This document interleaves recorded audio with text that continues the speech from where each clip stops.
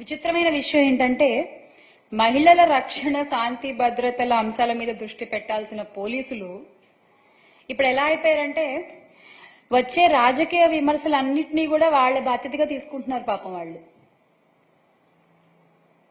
Yes, ఎవరెవరైతే ప్రస్తుతం మీరు చూడొచ్చు, ప్రస్తుతం ప్రభుత్వం మీద ఎవరైతే ఒక విమర్శ చేస్తారో అది చచ్చా ప్రభుత్వ బాధ్యత కాదు, అది మా బాధ్యత.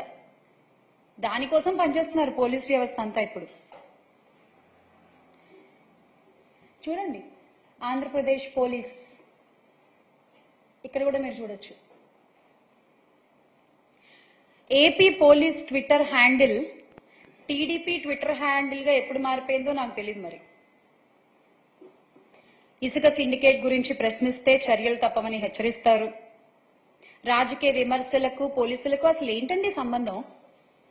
ఎందుకు రాజకీయాలకు పోలీస్ శాఖ వేదిక అవుతోంది? ఎందుకు? వై? రాష్ట్రానికి 14 లక్షల కోట్లు అప్పు ఉంది అని చంద్రబాబు నాయుడు గారు చెప్పారు. ఇప్పటి వరకు మీ అబద్ధపు ప్రచారాలతో మరి వాళ్ల మీద మీరు ఏం చర్యలు తీసుకుంటారు? ఈ కామెంట్ల ఆధారంగా సోషల్ మీడియాలో విస్తృత ప్రచారాలు, అబద్ధ ప్రచారాలు చేస్తున్న ప్రతి ఒక్కళ్ళ మీద మీరేం చర్యలు తీసుకుంటారు? నా మీదనే ఇంత నీచ కామెంట్లు, ఇంత అబద్ధ ప్రచారాలు చేస్తున్న వాళ్ళ మీద మీరు ఏం చర్యలు తీసుకుంటారు? చెప్పండి, తెలియాలి నాకు. అంటే మీరు అనుకుంటూ ఉండొచ్చు, కొంచెం వీళ్ళని ఇబ్బంది పెడితే, కొంచెం నొక్కి పెడితే ఏముంది, భయపడి వెళ్ళిపోతారులే అని మీరు అనుకుంటుండొచ్చు. మీరు మమ్మల్ని ఎంత మానసికంగా దెబ్బతీయాలి అనుకున్నా మేము వెనక్కి తగ్గం. చేశారు, మీకు చేతనైనంత చేశారు. ఇండస్ట్రీలో ఒక పని లేకుండా చేశారు, పర్వాలేదు, నిలబడి తట్టుకునే శక్తి నాకుంది.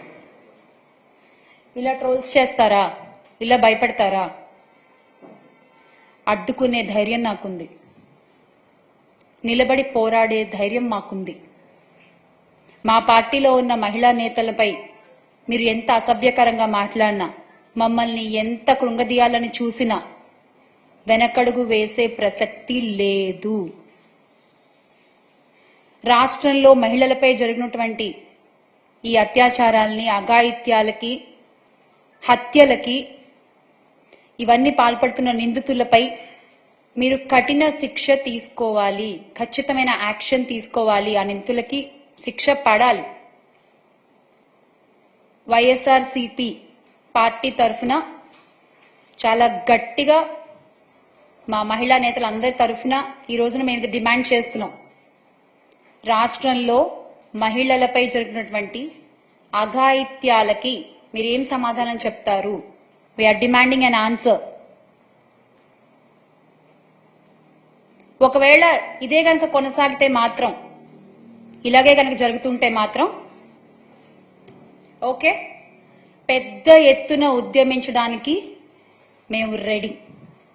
ఖచ్చితంగా పెద్ద ఎత్తున ఉద్యమిస్తాము. మహిళలకి అండగా నిలబడుతుంది వైఎస్ఆర్సీపీ పార్టీ. ఎప్పుడు మేము అండగా నిలబడతాము. అసలైన మహిళా శక్తి ఏంటో అవసరం వచ్చినప్పుడు ఖచ్చితంగా మీకు చూపిస్తాం, మీరు ఇలాగే కొనసాగితే మాత్రం. జై హింద్. చేశామన్నా, తీసుకునేది ఎవరు? యాక్షన్ తీసుకునేది ఎవరు? వచ్చే 1000 కంప్లైంట్లలో ఇదొకటి. నేను ఒక్కదాన్నే కాదు కదన్నా సైబర్ క్రైమ్ బాధితురాలు. ఎంతమంది ఆడపిల్లలు లేరు? ఎంతమంది లేరు?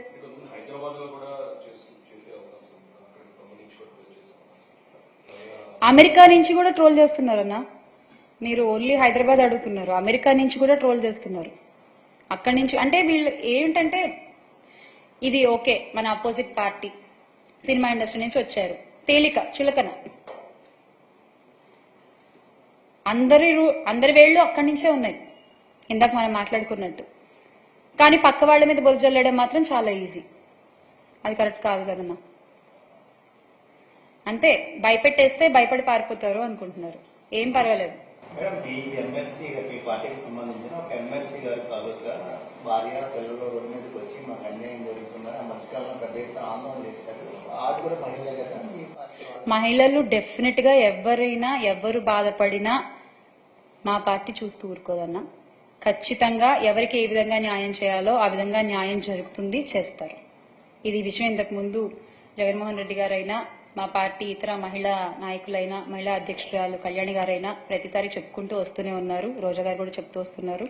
మళ్లీ చెప్తున్నాము, ఎవరైనా సరే మహిళలకి ఖచ్చితంగా అండగా నిలబడేటువంటి పార్టీ మన వైఎస్ఆర్సీపీ. ఖచ్చితంగా తగిన చర్యలు తీసుకుంటారు. డెఫినెట్లీ. థ్యాంక్ యూ అన్న. Thank you.